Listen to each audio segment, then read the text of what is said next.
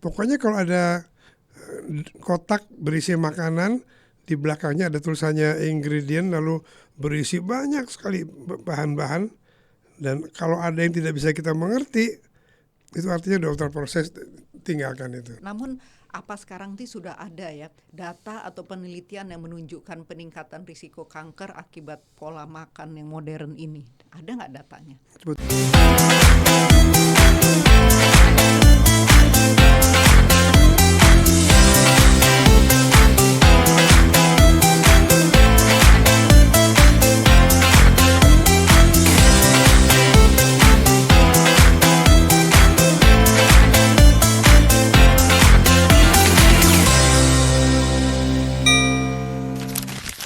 Halo teman-teman, pernah nggak sih kalian lagi nongkrong, terus pesannya burger, kentang goreng, minuman manis, atau mie instan?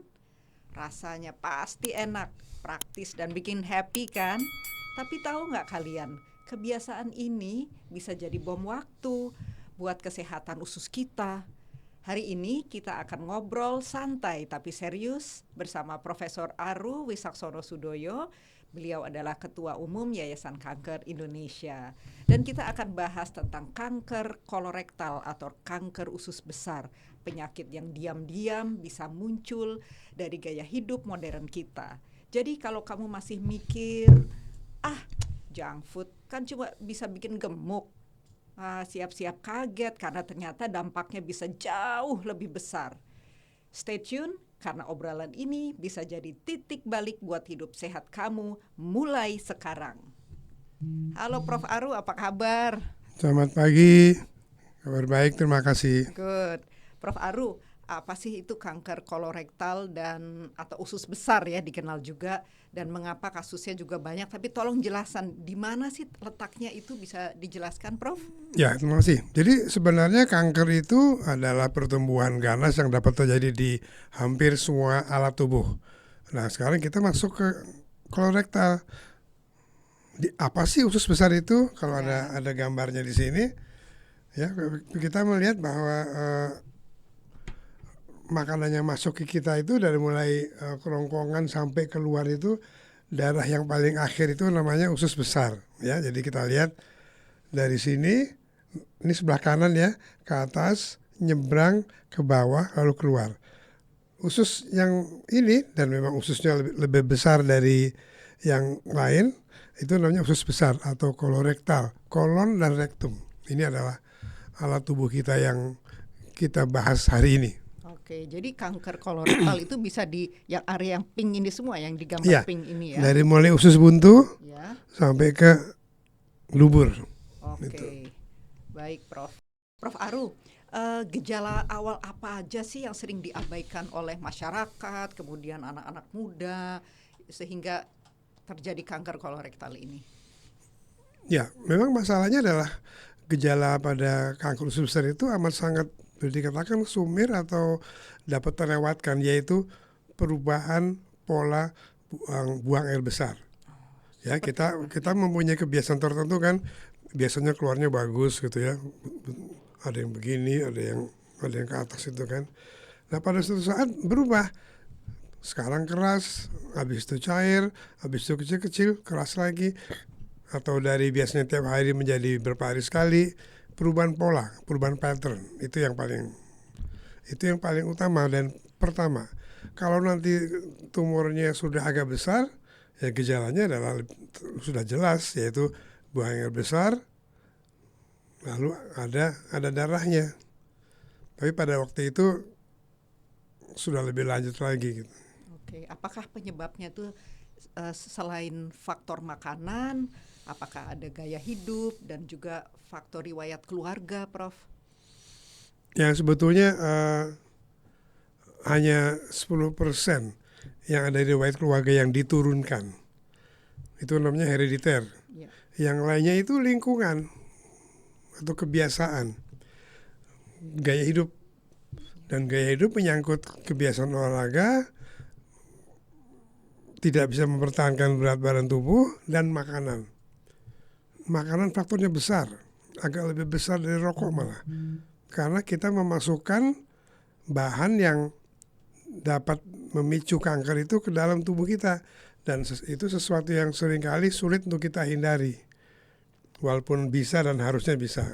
Ya, kemudian ini kan kita sering dengar ya masalah junk food, kemudian juga ultra processed food. Sebetulnya apa sih junk food dan ultra processed food ini, Prof? Ya, memang junk food itu berasal dari istilah yang sebetulnya agak lebih kasar, yaitu junk itu sampah ya. Tapi artinya bahwa makanan-makanan yang biasanya junk food itu enak, Ya. ya, seperti kalau kita ke fast food itu adalah junk food yang disaji secara cepat, namanya fast food. Ada juga yang tidak fast food tapi junk food juga. Tapi intinya adalah bahwa junk food itu adalah makanan yang telah diolah dan yang diproses sejak lama sebelum sampai di meja kita. Biasanya banyak mengandung garam, lemak, gula agar rasanya enak ya. Ya. Tapi juga bahan pengawet. Karena burger maupun french fries yang ada di sekitar kita itu datangnya dari negara lain, dari Amerika misalnya. Dan tidak mungkin walaupun didinginkan, mereka itu dikirim ke sini dari pelabuhan, gudang, sebagainya tanpa ada pengawet. Dan itu yang kemudian membuat kita lalu menganggap bahwa ya junk food itu termasuk ultra processed food. Sekarang apa sih yang namanya ultra processed food? Atau makanan yang telah diproses secara canggih gitu ya. Semua makanan yang telah diproses sehingga berubah bentuk dari asalnya dan telah menjalani berbagai proses kimiawi, itu namanya makanan ultra processed. Tinggal dicari aja di Google tuh, ultra processed food ini ada tuh.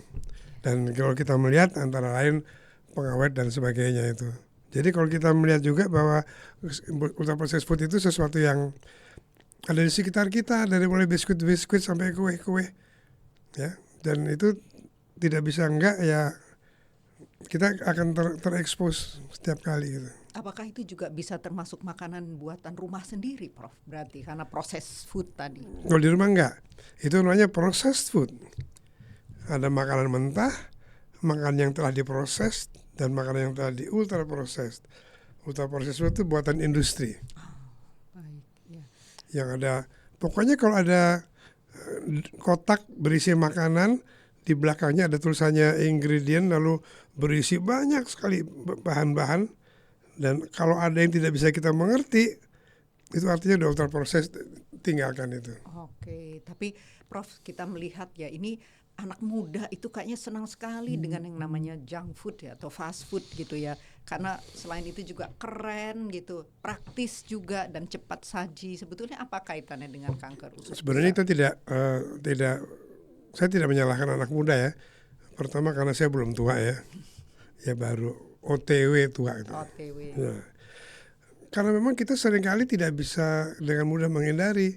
Kita ada waktu yang singkat untuk makan, kita cari yang convenient dan kita mencari yang mudah untuk dicapai dengan harga yang relatif terjangkau. Jadi memang jadi mana-mana itu. Jadi bukan salah sepenuhnya, tapi yang penting adalah bahwa kita pada hari ini mengingatkan pada semua, walaupun tua dan muda atau orang tua yang membawa orang muda, ingat ya, anak-anak kan diperkenalkan ke junk food oleh orang tuanya. Nah, jadi untuk paling tidak mengurangi, jangan terlalu sering, supaya tubuh kita bisa memperbaiki diri akibat kerusakan yang ditimbulkan oleh bahan-bahan pada junk food atau fast food itu. Oke, baik Prof. Bisa dijelaskan nggak bagaimana makanan yang tinggi gula, tinggi lemak, tapi juga rendah serat itu bisa mempengaruhi kesehatan kita?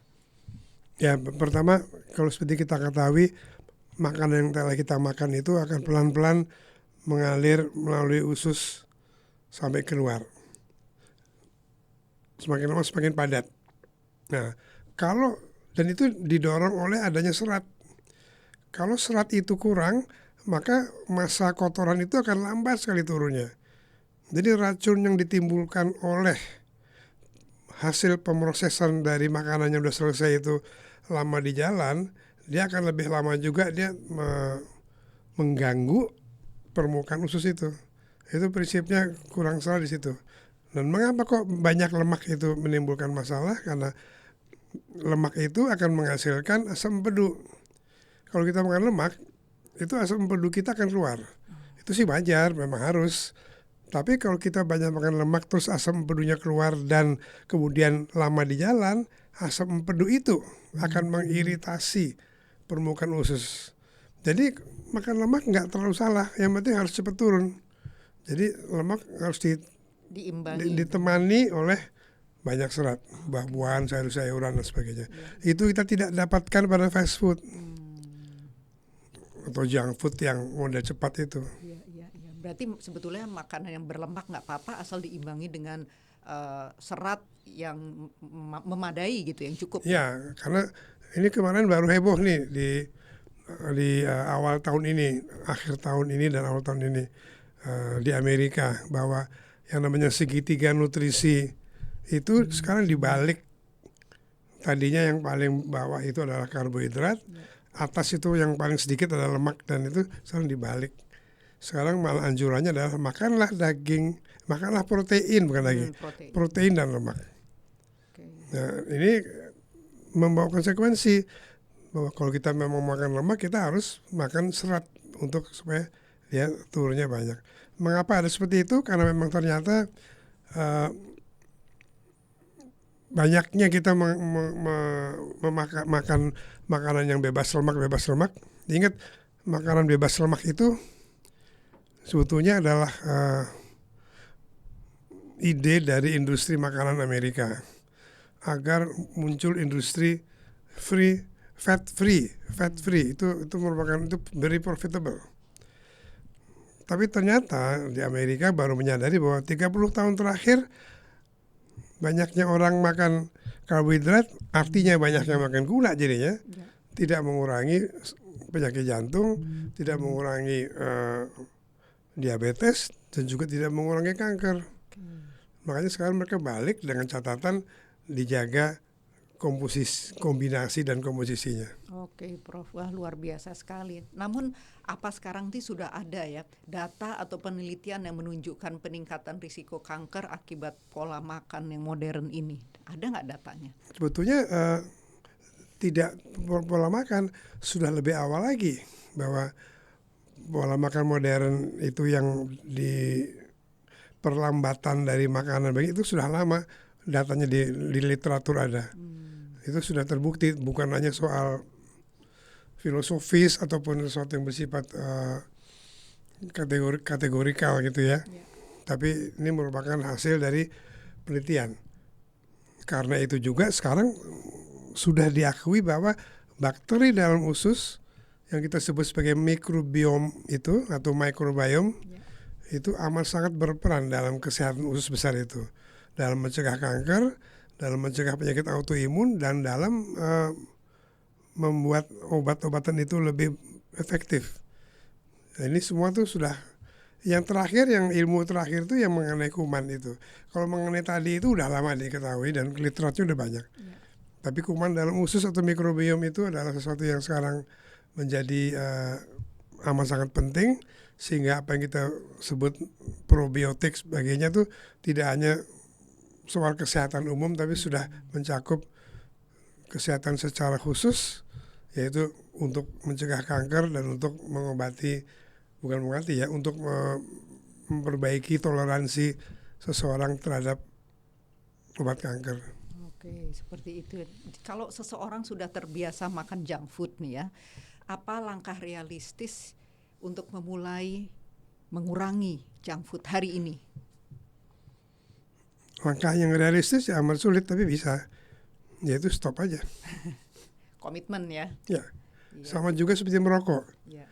Kita nggak mungkin menghentikan rokok dengan bilang pelan-pelan ya rokoknya sekarang sebungkus, habis itu setengah, habis itu seperempat, nggak bisa. Pengalaman saya dengan pasien-pasien, akhirnya mereka kembali lagi, karena lama-lama tambah satu. Stop aja. Dimana kalau kebetulan ada junk food ya menjadi sesuatu yang jarang. Sekali lagi, kita tidak mungkin dan tidak boleh lalu menganggap bahwa itu sesuatu yang jelas atau eksak ya. Yang penting dikurangi saja. Kalau biasanya makan junk food 3 kali seminggu ya fast food sekali seminggu. Karena tubuh kita biar diberi kesempatan untuk memperbaiki kerusakan akibat makan makanan itu. Oke, Prof. Jadi selain mengurangi junk food, apa kebiasaan sehat yang bisa langsung dilakukan juga untuk mencegah kanker kolorektal? Yang pertama, seperti kita ketahui ada 3 unsur utama dalam komponen keseharian seseorang dalam mencegah kanker. Yaitu pertama, olahraga teratur, nggak usah ikut nge-gym segala macam. Biasakan jalan kaki berapa sehari sebagainya. Biasakan naik tangga dan bukan lift. Berat sih, saya juga enggak. Yang kedua, pertahankan berat badan tubuh. Dan ketiga tadi itu, jaga komposisi dan cara kita makan. Itu secara umum aja. Kita udah nggak bicara rokok ya, itu udah di luar diskusi kan udah jelas merokok itu juga faktor risiko yang besar terhadap kanker usus besar. Alkohol juga, alkohol sudah terbukti tidak hanya soal kesehatan, tidak soal moralitas agama. Alkohol sekarang udah diakui sejak 2 tahun yang lalu sebagai bahan kimia yang dapat memicu kanker. Ya. Nah, sekarang saya mau balik lagi. Tadi kita ada bicara junk food, sekarang mari kita bicara makanan sehatnya, buah, sayur mayur, serat. Nah, itu gimana sih dia proses menjaga kesehatan usus kita? Saya rasa yang perlu kita pegang adalah keseimbangan saja. Bahwa susunan makanan yang ada depan kita itu harus seimbang. Ada karbohidratnya, kalau bisa karbohidrat yang kompleks ya. Tapi ada sayurnya, ada buahnya, dan ada proteinnya. Untuk mereka yang sudah lebih lanjut usianya, maka diupayakan supaya protein yang ditingkatkan untuk menjaga massa otot, yaitu untuk mencegah kelemahan yang dapat mengakibatkan jatuh.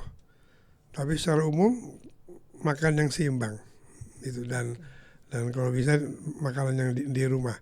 Seperti di rumah, kita nggak perlu takut makan di restoran, karena makan di restoran juga sebenarnya prosesnya dia dimasak kok di dapur. Tapi yang dari makanan yang cepat saji itu, yang sebuah burger yang datangnya dari sebuah negara bagian di Amerika Serikat, mungkin beberapa minggu yang lalu, itu nggak mungkin tanpa pengawet, termasuk kentangnya. Dan ada fast food industri juga yang memang jujur aja French fries-nya enak banget. Kenapa? Dilumuri bahan-bahan untuk menaikkan cita rasa kita. Dan itu yang bahan kimia. Jadi memang kita harus jaga itu saja. Yang penting makanannya hanya diproses, bukan ultra proses. Iya, makan proses. Makan di restoran juga diproses kok, bukan ultra proses. Bukan junk food kalau makan di restoran. Termasuk makan di warung. Itu lebih proses lagi. Karena dia tidak ada ultra proses, langsung dia. Sekali masak gitu ya. Iya, sekali masak. Konsumsi. Nah, sekarang untuk mengetahui apakah juga tadi selain kita melihat bagaimana BAB-nya, kemudian kalau kita melakukan screening kanker kolorektal itu kan juga melalui seperti kolonoskopi gitu. Kapan sebaiknya itu dilakukan? Usia berapa atau setelah ada gejala apa? Ya memang secara internasional selama ini dianjurkan untuk begitu seseorang mencapai usia 50 tahun harus menjalani endoskopi dari bawah, namanya kolonoskopi. Sekarang usia itu udah dimajukan menjadi 45 tahun. Mengapa? Karena kanker usus besar itu sekarang semakin lama semakin banyak ditemukan pada usia muda. Nah, tetapi ya jujur aja, kolonoskopi harganya mahal. Jadi kita bisa pakai screening pertama adalah periksa kotoran. Periksa kotoran itu adalah periksa darah samar namanya, tapi tidak semua darah samar sama. Yang darah samar yang rutin itu tidak begitu akurat. Harus minta pada laboratorium yang disebut FIT atau FIT. Nah itu yang fecal immunochemical testing itu sedikit lebih mahal daripada yang biasa, tapi itu jauh lebih akurat. Itu saja dulu.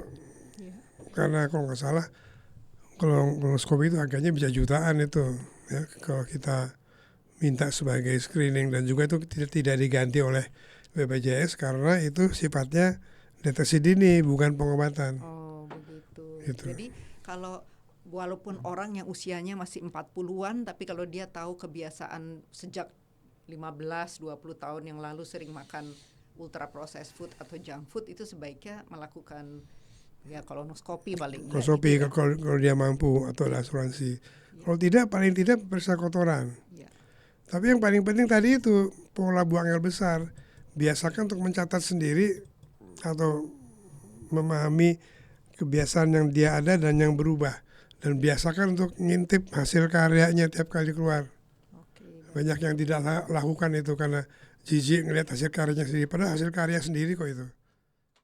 Prof, sekarang kita masuk nih untuk pasien kanker kolorektal. Itu bagaimana kehidupan pasien pasca terapi, terutama yang harus menggunakan kantong stoma. Bisa diceritakan seperti apa sih kantong stoma itu apa, kemudian seperti apa kehidupannya? Ya memang kadang-kadang kalau karena secara teknis usus yang udah dioperasi itu tidak bisa disambung kembali, maka dia akan dibuat jalan keluar di atas, di perut atas, lalu dibuat kantong. Itu namanya stoma, itu namanya kolostomi dengan kantong stoma namanya. Nah di situ memang menjadi sesuatu yang sifatnya seringkali amat sangat ditakuti oleh pasien yang mau operasi. Tapi kita selalu harus melihat bahwa pembuatan stoma itu karena memang harus, itu adalah masalah survival, adalah masalah untuk mempertahankan hidup. Jadi ini yang nanti setiap kali harus dimotivasi pasien itu. Nah gaya hidupnya menjadi berubah, walaupun mereka juga bisa naik gunung, bisa berenang, tapi tetap ada sesuatu yang harus dia perhatikan, yaitu mengenai kantong stoma harus diganti secara berkala. Dia harus belajar membersihkan sendiri sebagainya. Pasien saya ada yang sudah belasan tahun pakai stoma, ya akhirnya dianggap sebagai sesuatu yang biasa. Tapi benar, penggunaan kolostomi atau kantong stoma itu sesuatu yang dahsyat dari segi perubahan gaya hidup atau kebiasaan seseorang. Nah sekarang kalau stoma atau tidak, seorang pasien yang sudah menjalani operasi, sudah menjalani pengobatan, kemoterapi dan sebagainya itu setelah selesai, maka apakah dengan stoma atau tidak, gaya hidupnya harus berubah agar kita mencegah jangan sampai dia muncul lagi. Nah itu namanya pencegahan sekunder. Kalau pencegahan primer itu seperti kita yang belum ada apa-apa, sehat, kita hidup sehat agar tidak mendapat kanker. Itu namanya pencegahan primer. Kalau sudah ada kanker, kita mencegah jangan sampai muncul lagi. Itu namanya pencegahan sekunder. Nah ini gaya hidupnya tadi harus lebih dipegang, lebih diperketat, serta lebih termotivasi karena memang sudah pernah menjalani dan mengalami kanker beserta operasinya itu. Oke, Prof. Nah, untuk pasien kanker kolorektal nih ya, Prof ya, yang sudah mendapatkan terapi, bagaimana tanggapan Prof Aru mengenai opsi terapi kanker kolorektal yang sudah ada dan sudah dikembangkan saat ini? Opsi yang sekarang ada itu sebetulnya sudah boleh dikatakan sudah lebih baik dari sebelumnya ya. Jadi memang mungkin 20 tahun yang lalu itu, atau sampai akhir tahun 90-an, jadi kira-kira 25 tahun yang lalu, itu obat anti kanker usus besar hanya 2, 5-FU dan leucovorin misalnya. Kemudian di akhir menjelang tahun 2000 tuh mulai muncul, ada yang namanya oxaliplatin sebagainya, terus sampai sekarang tuh berbagai obat muncul. Nah ini menimbulkan harapan karena memberikan peluang untuk berjuang melawan kankernya terus. Seperti kita ketahui, kadang-kadang tidak cukup dengan satu set pengobatan. Itu namanya lini 1. Kalau nanti ternyata masih ada atau muncul lagi, kita masuk ke lini 2. Terus sampai ke lini 4, lini 5. Nah ini yang sekarang kita dapatkan, bahwa peluang untuk bisa berkehidupan yang lebih baik itu jauh lebih besar dari di awal tahun 2000 ini. Jadi mungkin kita bisa bilang bahwa harapan hidupnya juga jauh lebih meningkat daripada dulu gitu. Wah, udah lebih tenang ya karena harapan itu juga ada Ya, sekarang bagi jadi pasien. senjatanya makin banyak Ya, ya, ya. untuk melawan penyakitnya. Ya, good news itu berarti. Nah, lantas apa pesan Prof. Aru untuk keluarga dan masyarakat supaya lebih empatik nih ya terhadap pasien atau juga yang sudah pasca penyembuhan ya survivor kanker kolorektal? Ya, seorang pasien pasti punya keluarga kan. Nah, message atau pesan saya pada keluarga adalah hormatilah pasien itu, dalam arti hormatilah gaya hidup yang harus dia jalani. Saya malah mengusulkan ya udah semuanya kompak menjalani hidup sehat seperti yang harus dijalani oleh pasien. Itu akan menguntungkan semua karena pada akhirnya keluarga yang sehat itu akan terbawa pada gaya hidup sehat yang mencegah timbulnya kanker itu. Jadi pesan saya pada keluarga adalah keluarga dan teman-teman ya kompak aja. Kalau dia harus menghindari cara hidup tertentu bersama-sama aja. Karena sebetulnya saran hidup sehat itu berlaku untuk semua kita. Hanya kita tidak merasakan karena kita mengatakan bahwa itu dia kok yang sakit bukan saya. Saya ya kayaknya enggak deh. Nanti baru berisik baru tuh dia sendiri kena. Nah, jadi keluarga pasien saya amat sarankan untuk kompaklah bersama anggota keluarga yang sakit itu pada kanker apapun, terutama pada kanker usus besar karena ini menyangkut cara dia makan dan caranya dia membawa dirinya di masyarakat itu. Oke, wah. Nah, sekarang itu tadi dari sisi keluarga kita udah bisa lihat dari sisi harapan hidup yang meningkat. Nah, sekarang untuk Yayasan Kanker Indonesia itu peran apa yang dilakukan Yayasan Kanker Indonesia kepada pasien kanker kolorektal dan pada fase ini seperti apa, Prof? Nah, sebetulnya justru ini dengan moto bahwa kanker dapat disembuhkan bila ditemukan dalam stadium dini, justru kita berusaha agar pasiennya tidak harus menjalani dan mendapat obat-obat yang canggih itu. Jadi kita harus mengedukasi masyarakat agar mengetahui tubuhnya sendiri, memeriksakan diri dan sadar bahwa siapapun bisa dapat kanker, bukan orang di rumah sebelah. Dan bahwa kita tahu memang bahwa sekarang obat-obatannya semakin bagus, bahkan ada yang sudah bisa sampai ke lini kelima, tapi kan kalau bisa tidak sampai ke situ.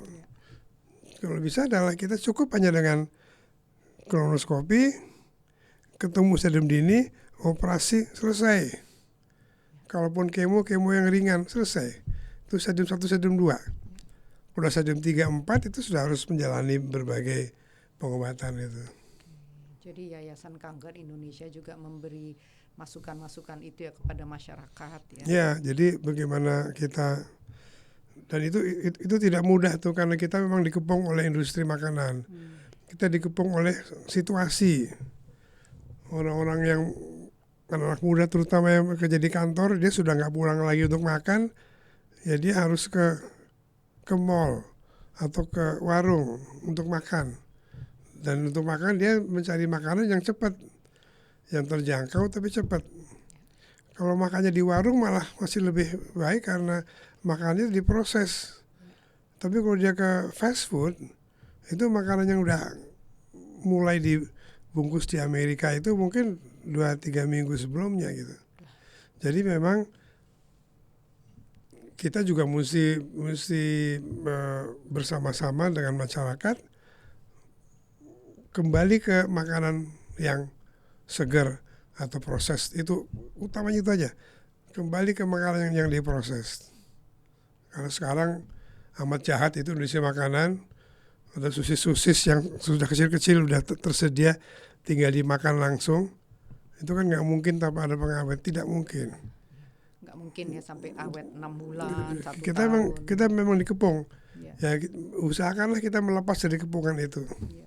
Sekali lagi, makanan yang diproses atau makanan yang segar, terutama bagi adik-adik yang masih kerja, dan bapak-bapak, ibu-ibu yang membawa cucu-cucunya ke mall untuk mencari makanan yang diproses. Di mall juga nggak semuanya jelek, Ya. ya. Ada makanan yang memang dimasak. Masih banyak Prof makanan tradisional Indonesia ya, yang Walaupun sehat-sehat. walaupun barat juga ada yang dimasak langsung. Ya. Jadi karena anak-anak sekarang milihnya yang barat.